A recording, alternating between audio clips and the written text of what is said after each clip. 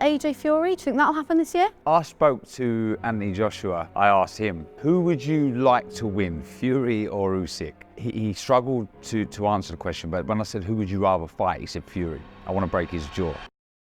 This is the 2024 boxing preview brought to you by William Hill with myself, Ali Drew, and Darren Barker. Darren, 2023 was a huge year for boxing, and now we're going to look ahead to this year. What are you expecting? Are you expecting equally as big, even bigger? Yeah, look, do you know what? I think every year it seems to progress. And I'm looking forward to a very good 2024. We're starting to see the big fights being made. And that's what you want as a boxing fan, which I am first and foremost. It's so important to keep that, keep eyes on the sport, that big fights get made. And we're starting to see that the last few years, we've seen some mega fights, so long may it continue. Yeah, because that is the thing that's been missing for a few years, was the big fights that were talked about weren't actually happening, they never materialised. But now we are maybe starting to head that way and we're seeing it. Yeah, I think it's been 20-something years since we last see an undisputed heavyweight champion. So that's massive for boxing. It's the marquee division in the sport, the heavyweights. And yeah, we're finally, after those 20 odd years, we're going to see an undisputed heavyweight champion crown. So that in itself is a special moment for boxing.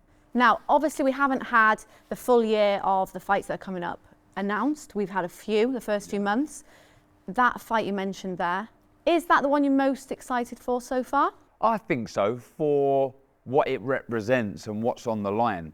It gets no bigger. Like I say, the heavyweight division has and always will be the marquee division in boxing. All eyes will be on that, whether you're a boxing fan, a general sports fan, or general public. They're going to tune in, they're going to watch it, they're going to hear about it. So for the magnitude of that fight and what it will bring and what it will do to the sport, that's huge. But I mean, there's so many fights I want to see. There are so many fights I want to see, and I'm pretty sure we're going to get to see a few of them.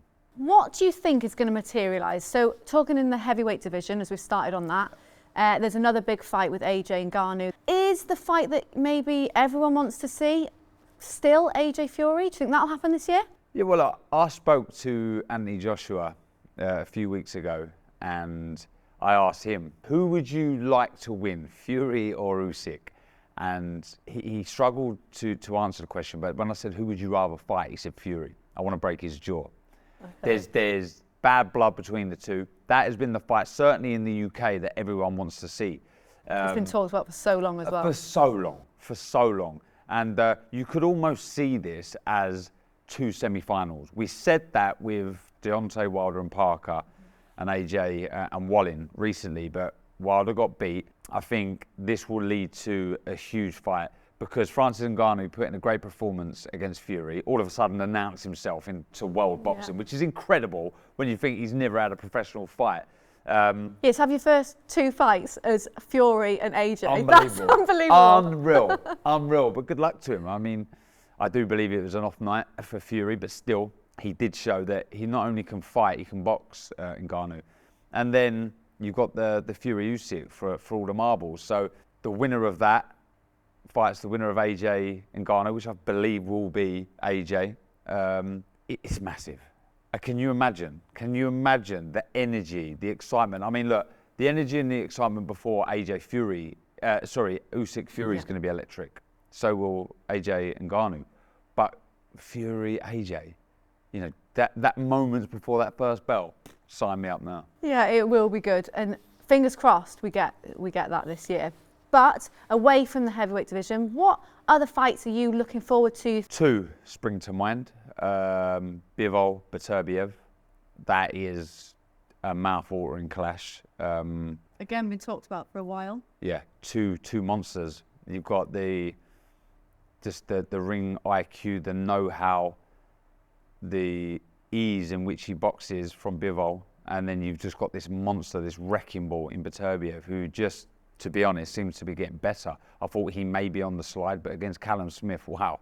I mean, that was some performance. So you put those together and you've got a great contrast of styles. There's so much that captures the imagination. And again, it's for bragging rights. Who is the #1 light heavyweight in the world? And then that leads me on to the next one. Who's the best super middleweight in the world? Well, Canelo has reigned for a while now. One of the pound for pound greats. He's a legend, future Hall of Famer. In with Benavidez, who deserves his shot, in my opinion. Again, I'll talk about energy before a first bell or energy before a fight. That, wherever it may be, whether it's in the States or in Mexico, that is just going to be an electric atmosphere. And again, when I look at styles, they'll gel. What about standout fighters specifically? Who is going to come out as a big star this year, do you think? Who maybe isn't already or is on their way to becoming a big star? That is a good question. I mean, the winners of those fights will really make their claim for being one of the best pound for pound fighters in the world, whether it's Beterbiev, Bivol, Canelo, Benavidez, Fury, Usyk, obviously. But somebody who really impressed me last year and I think should be crowned fighter of 2023 was Inoue. Just an absolute monster, like his nickname suggests, and I think he's just going to go on and maybe jump up and down weights and just become an absolute legend of the sport in 2024. There's so many great fighters out there, and I just want to see them all fight. We're in a good position now in boxing, and long may it continue. Do you see him moving up and down more weights? And I think so. Do you see anyone challenging him? Well, I mean, it depends Can anyone how get close high. to him?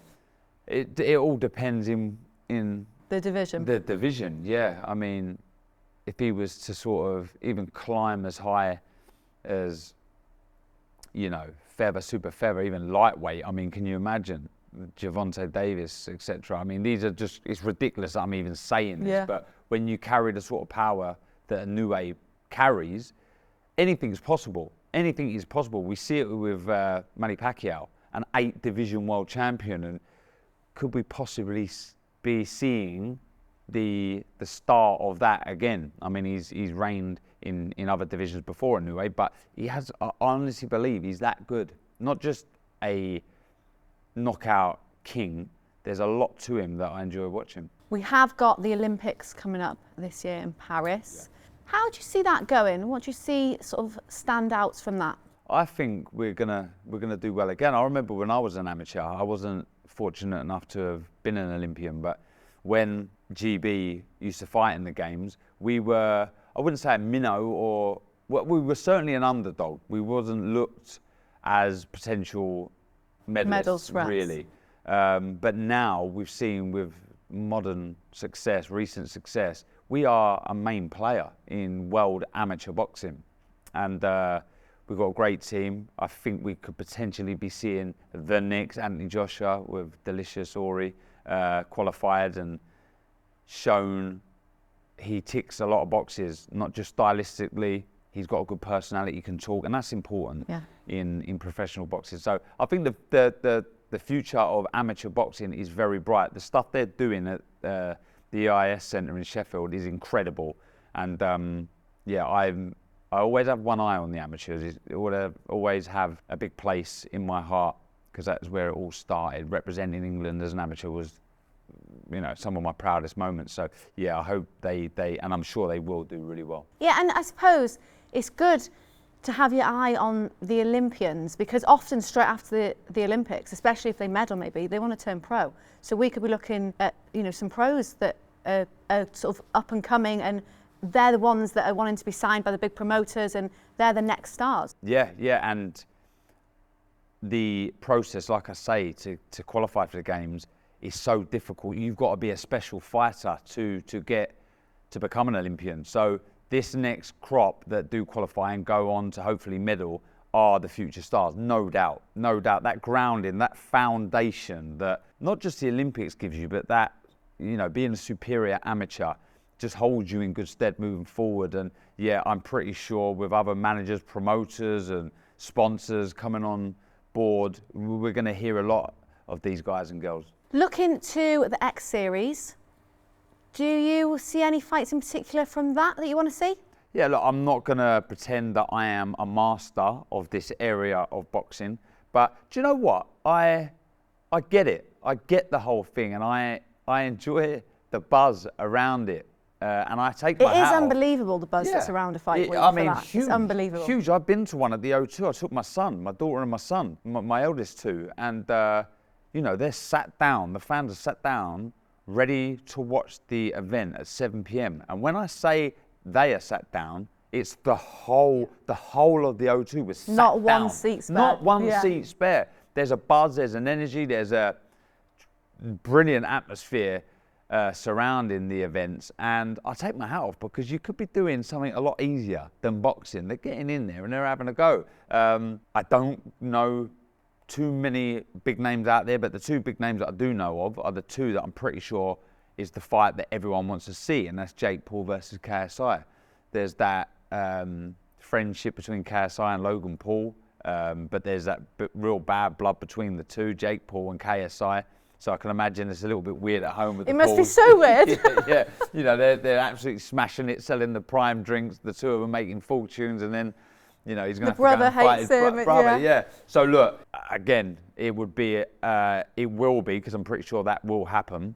Because I feel it's all roads have led to that fight, and when it does eventually happen, it's going to be some event. You might not know much about it, but I am going to push you for who wins it. Do you know what I've said? Right? Okay. Jake Paul's naturally a lot bigger than KSI, so I think that could be the deciding factor. But if I was to go back 7, 8, 9, 10 years and ask to work with either fighter, the fighter that I believe could go on and actually do well as a boxer, I think it's KSI. He's done some very unorthodox things in his fight, really strange things, but there is a little bit of natural talent there that I think if worked with at a younger age, could have pushed on and done some half-decent things in boxing. But again, on the flip side, his opponent, Jake Paul, I have to credit him for diving in to this sport, the hardest sport in the world, with both feet and giving it his all. Lives and breathes the sport.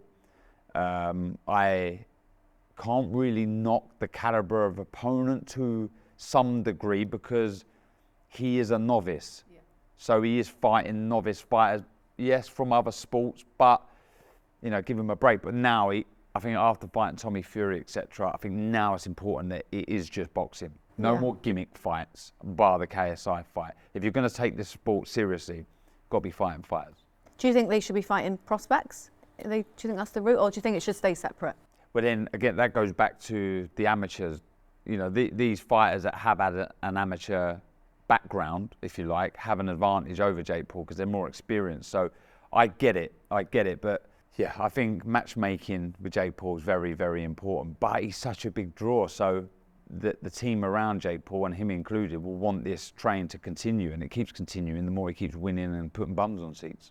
Definitely. Well, before we finish, I want you to give us one standout star you think is going to come out of 2024. Just the big name we're going to be talking about this time next year that happened this year. Put you on the spot. Do you know what? They're already established, but I feel, and I've mentioned this a few times in this interview, the heavyweight division being the marquee division in world boxing. I think by the end of the year, we should hopefully have... Look, okay, I'm going to do my predictions here. I think Fury's going to beat Usyk. I think a good big beats a good little. AJ will beat Ngannou. And then I think the winner of AJ Fury, because it will happen, is a superstar. Is an absolute superstar. So, yes, they are established. They are big names already, but I think that finally going to get we're finally going to get it. For all the marbles, undisputed heavyweight champion, two Brits in with each other, massive. Absolutely massive superstar status. Well, fingers crossed that happens in 2024, but it's going to be a huge year no matter what.